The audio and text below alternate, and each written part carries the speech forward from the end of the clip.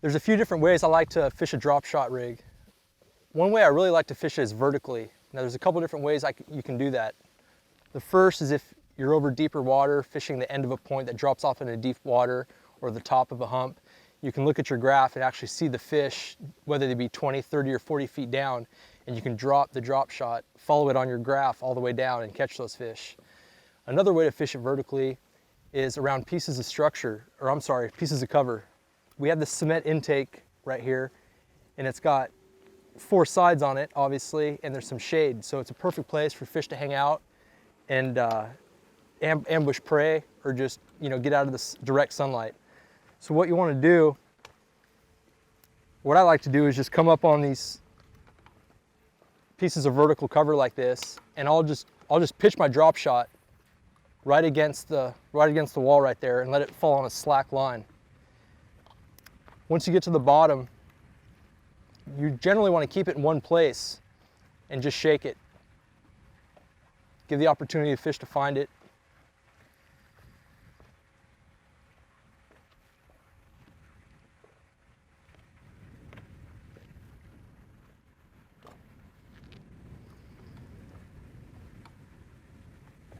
I prefer to use smaller baits when drop shotting as opposed to fishing a Texas rig. Right now we're using a Yamamoto shad-shaped worm, which is an excellent bait and catches lots of fish. Works on all 3 species, smallmouth, largemouth, and spotted bass.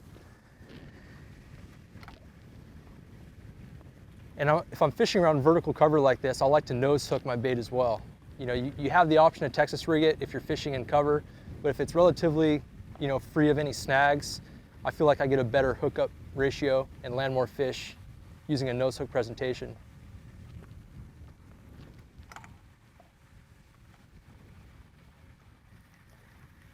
And on a piece of cover like this, you just want to be real thorough. You want to make sure you hit each corner and each shade line.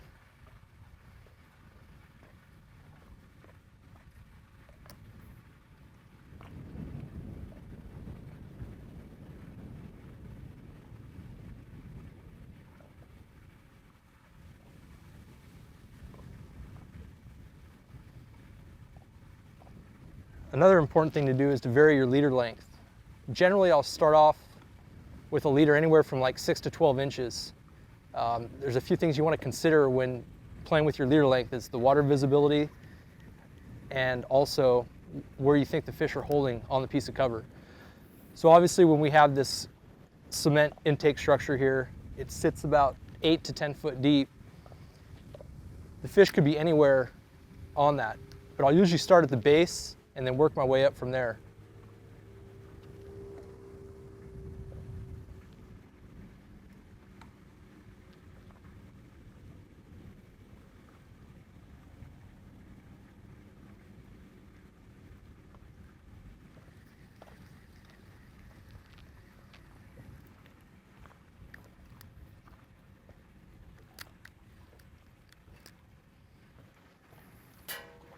Another general rule of thumb I like to do is get away with the lightest weight possible, just so I have the most natural presentation.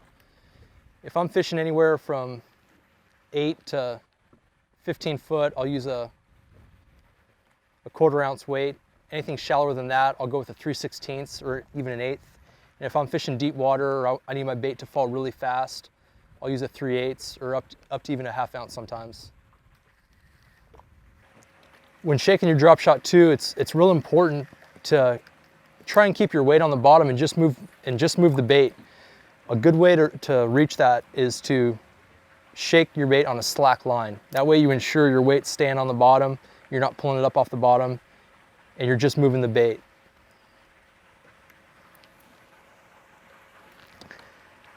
Now I like to use both straight fluorocarbon as well as braided line with a fluorocarbon leader on my drop shot rigs.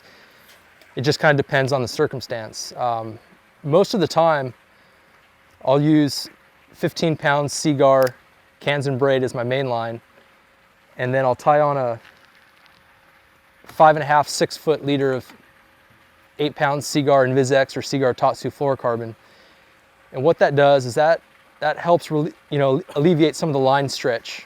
With braided line, there's almost zero stretch, so it helps with the hook sets and it helps you feel bites that you normally wouldn't feel. I really like using braided line when I'm fishing vertically for those reasons.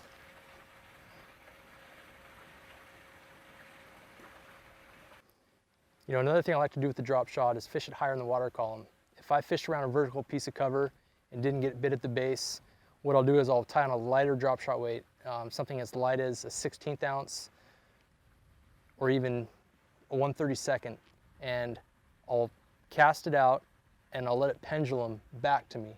So I'm kind of just, you know, bringing it through the top of the water column, and it gives those fish something different to look at, and, you know, allows you to present your bait to the fish that might be higher in the water column that you normally wouldn't be able to get to with a drop shot presentation. And that'll work on anything. I mean, if you're fishing over the top of brush, anything, you know, even big boulders. The key is just using a really light weight and just let it swing back towards you, just reel in the slack every once in a while. Make sure it stays up off the bottom.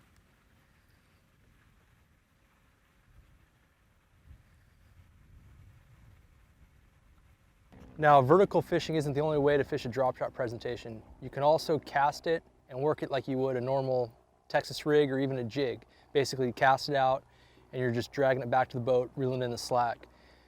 There's a few situations where I really like to drag my drop shot, and that's if I'm targeting any type of specific piece of cover, whether it be a rock or it could be a tree.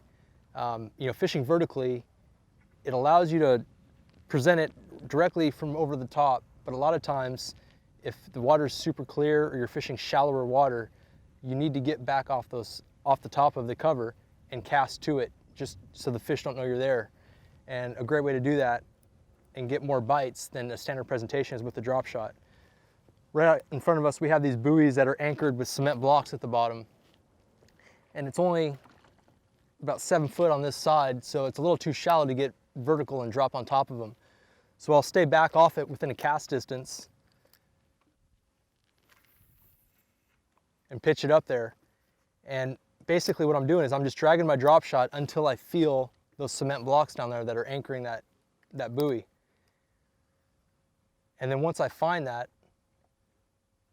there it is right there, I'm just gonna keep that drop shot in one place and just shake it. And like we talked about earlier, I wanna shake it on a slack line so I'm not moving my weight and I'm making sure I'm just moving the bait.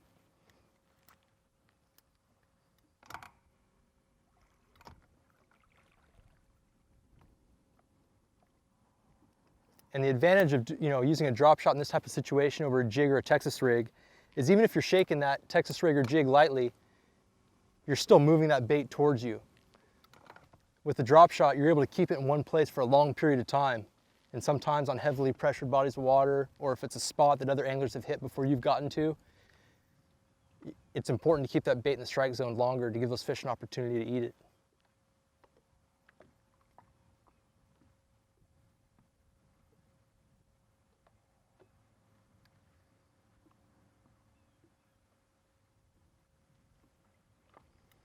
What other people don't realize as well is, you know, if you're fishing a Texas rig or a jig on bottom, the fish actually have to turn on their side to inspect that bait a lot of times before they suck it in. With a drop shot, if you have it up 8, 10, 12 inches off the bottom, it's right a lot of times at the fish's eye level. So they don't have to make near the effort to inspect your lure, and a lot of times they'll just open up their mouth and suck it in.